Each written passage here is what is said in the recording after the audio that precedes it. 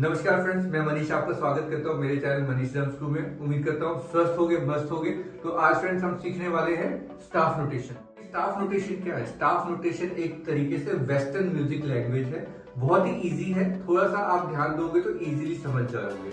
कई सारे म्यूजिशियंस को ये स्टाफ नोटेशंस नहीं आती है, उनको समझने में प्रॉब्लम होती है। अगर आप थोड़ा सा ध्यान दोगे तो आप इसको इजीली समझ भी पाओगे और म्यूजिक की शीट से आप अपने ड्रम्स को प्ले भी कर पाओगे।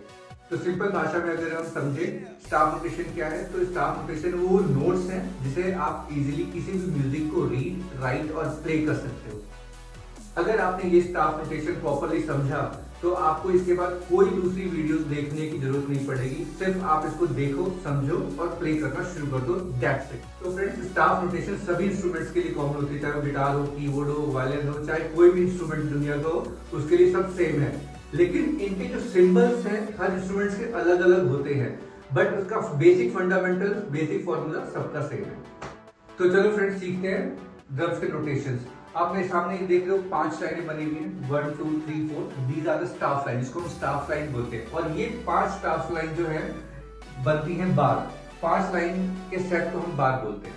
तो इसके अंदर आप स्पेसेस देख रहे हो, 4 स्पेसेस है, 1 2 3 4। अब इसी के अंदर सारा का सारा ड्रम्स के सिंबल्स बने होते हैं। उसे हमें कैसे प्ले करना है, क्या प्ले करना है, इसमें अब हम देखते हैं। पहले हम ड्रम्स के सिंबल्स को जानेंगे कि वो कैसे कैसे, कहाँ कहाँ, कौन सी लोकेशंस पे है। तो अब आप मेरे सामने ये ड्रम्स की पिक्चर देख रहे हो। इसी में हम देखेंगे कि बेस ड्रम सबसे नीचे है, तो सबसे नीचे वाले स्पेस जो 4 नंबर वाला स्पेस है, इसमें हमारा जो है ये आ जाएगा बेस ड्रम।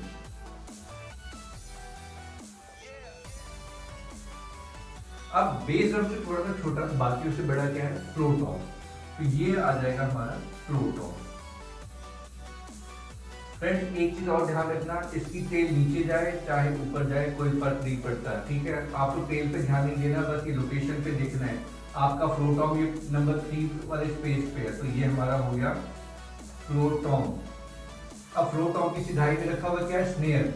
तो सेकंड नंबर वाले स्पेस में आ जाएगा हमारा स्नेयर ड्रम। ये हमारा ऐसे आ जाएगा स्नेयर ड्रम। अब स्नेयर ड्रम के जस्ट पास में क्या रखा हुआ है, टॉम 1। तो नंबर 1 वाले स्पेस में आ जाएगा टॉम 1। अब टॉम 2 के लिए हमारे पास कोई भी स्पेस नहीं बचा, तो हम क्या करेंगे, टॉम 1 के पास है टॉम 2, तो हम इस लाइन को कट करेंगे। So whenever you see the cutted line, जब भी आप कटी हुई लाइन देखो तो इट्स मीन वो हमारा टॉम 2 है, राइट। अब हमारी क्या चीजें बच गई, अब हमारी ये सिंबल्स बच गए। जैसे जो प्लेट्स आप देख रहे हो ना ड्रम्स में, ये प्लेट्स की एक अलग फैमिली है, तो इनके निशान भी अलग होंगे। तो पहला हमारा हम क्या देखते हैं, हाई है। तो पहला क्रॉस हमारा है, इसको हम बोलेंगे हाई हेड। अब अगर हाई हेड के ऊपर ऐसे सर्कल लग गया, इट्स मीन वो हो गया हमारा क्रैश सिंबल। ये सिंबल CYMBAL है, SYMBOL नहीं है। अब वही क्रॉस अगर लाइन को कट कर रहा है तो इट्स मीन वो हमारा हो गया राइड सिंबल। तो फ्रेंड्स, इसे आप ध्यान से देखो, अपनी कॉपी पे 5 लाइनें बनाओ और एक ही चीजें जो जैसे मैंने लिखा है वैसे ही आप लिखो। इसको 4-5 बार लिखो, एक बार लिखने से याद नहीं होगा। 4-5 बार लिखो और उसको याद करने की कोशिश करो। एक बार अगर आपको ये याद हो गया तो आपको कोई भी ड्रम्स की शीट मिले, आप फट प्ले कर लोगे बिना किसी प्रॉब्लम के। तो बस इसको बार बार बनाते रहो। तो फ्रेंड्स, जब भी आपको ड्रम्स की शीट मिले, ड्रम्स के नोट्स मिले, तो उसमें आप इस तरीके के सिंबल्स आपको देखने को मिलेंगे।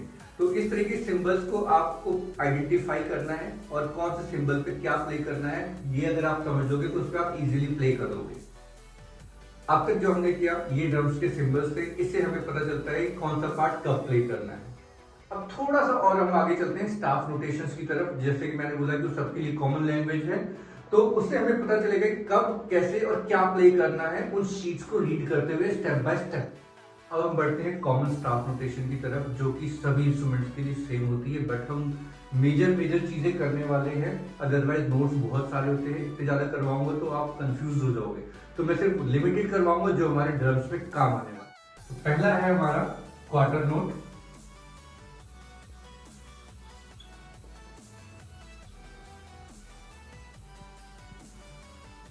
इसका सिंबल इस तरीके से आपको देखने को मिलेगा।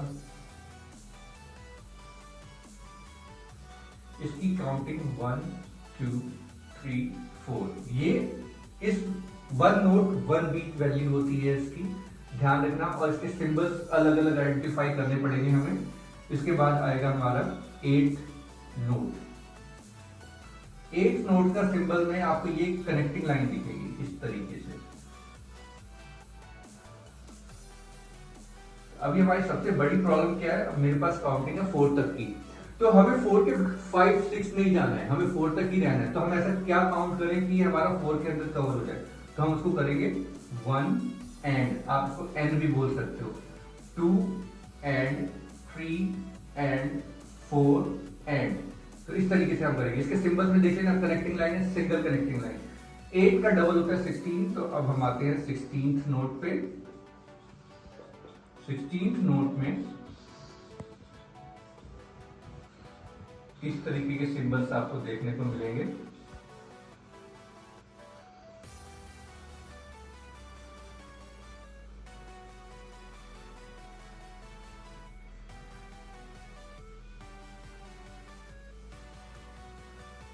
और इसकी काउंटिंग हम लिखेंगे 1 E and A, 2 E and A, 3 E and A, 4 E and A।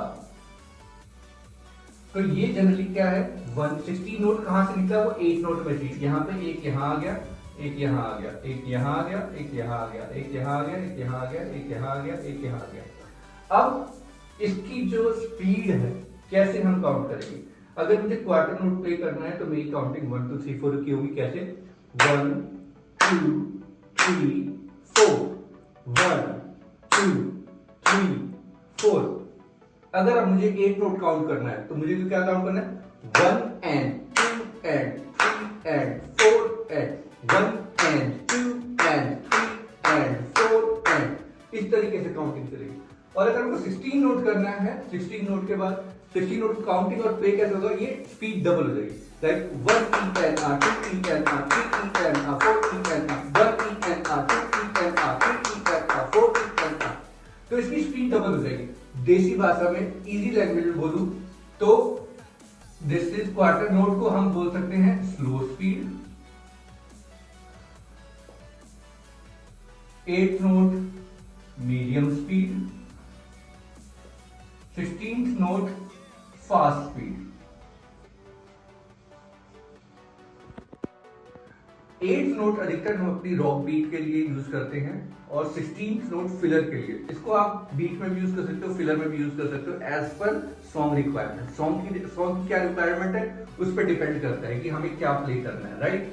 तो ये हमें पता चलता है इससे कि हमें कितने काउंट्स में प्ले करना है, धीरे प्ले करना है, तेज प्ले करना है, फिलर्स में प्ले करना है, बहुत सारी चीजें हैं। ये धीरे धीरे मैं आपको प्ले करके भी बताऊंगा, लेकिन पहले इन सब चीजों को समझना है हमें, ठीक है। और ये समझने के लिए आपको एक एक को लिखना पड़ेगा मैनुअली। स्क्रीनशॉट मत लेना, मैनुअली लिखना, ठीक है। जैसे मैंने लिखा है, ये सीधा का सीधा लिखने से आपके दिमाग में स्ट्राइक होगा और एक बार दिमाग में आपके छप गया तो आप लाइफ लॉन्ग के लिए आपको ये आ जाएगा। तो इसे हमें आइडेंटिफाई करना सीखना होगा। पहले आइडेंटिफाई करने का बहुत ही इजी फॉर्मूला मैं बताता हूँ आपको।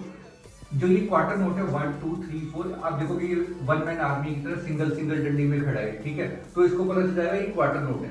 8 नोट में देख रहे हो आप, कनेक्टिंग लाइन है, डार्क कनेक्टिंग लाइन है, ठीक है। तो यहां से हमें पता चल जाएगा ये 8 नोट है। अब इसका ये टेल नीचे भी जा सकता है और ऊपर से भी जा सकता है, तो टेल की टेंशन मत लेना कि ये सर ने तो मेरे को ऊपर से बताया था, ये नीचे क्या गया। तो ये चाहे नीचे चाहे ऊपर जाए, डजंट मैटर, तो कोई फर्क नहीं पड़ने वाला।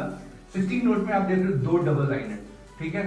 आप देख सकते हो कि 8 सिंगल और 16 में डबल लाइन, तो यहाँ आप इसको आइडेंटिफाई कर सकते हो। और ऐसे एक और चीज है, कोई लाइन नहीं, slow speed, single line, medium speed, double line, double speed, इस तरीके से आप इसको दिमाग में रखने की कोशिश करें।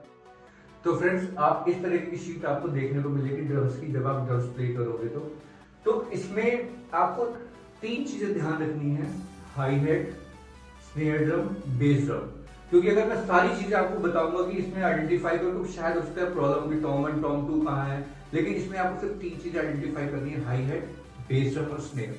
वो आप इसमें इजीली आप आइडेंटिफाई कर सकते हो। क्रॉस का मतलब आपको पता है कि आप वो हाई हेड है, बेस ड्रम आपको पता है सबसे नीचे वाले में था, स्पेस में सेकंड स्पेस में आपका वो स्नेयर ड्रम था। तो बस ये 3 चीजें कर लो अभी के लिए।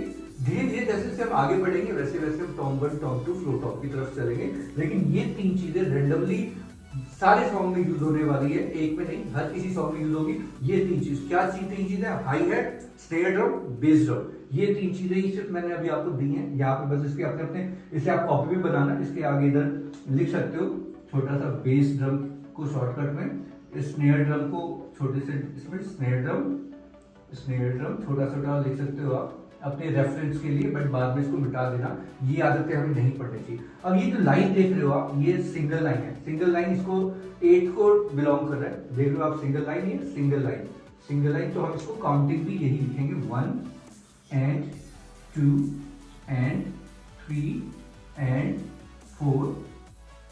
और एक इंटरेस्टिंग बात बताऊं, ये जो आप बीट देख रहे हो, this is your rock beat, जो अधिकतर सॉन्ग्स में आपको प्ले करने को देखने को मिलेगी और सुनने को भी। ये आपकी बहुत ही फेमस रॉक बीट है, इसको आप 100 ऑफ सॉन्ग्स पे आप इसको अप्लाई करते हैं। अगर आप ये ध्यान से देखोगे तो ये मेरे लेसन नंबर 1, 2, 3 में रॉक बीट ही थी जो मैंने वहां पे करवाई थी अर्लियर। उसमें क्या था, उसमें 1 2 3 4 1 2 3 4 था, उसमें था क्वार्टर नोट, इसमें हमने किया 8 नोट।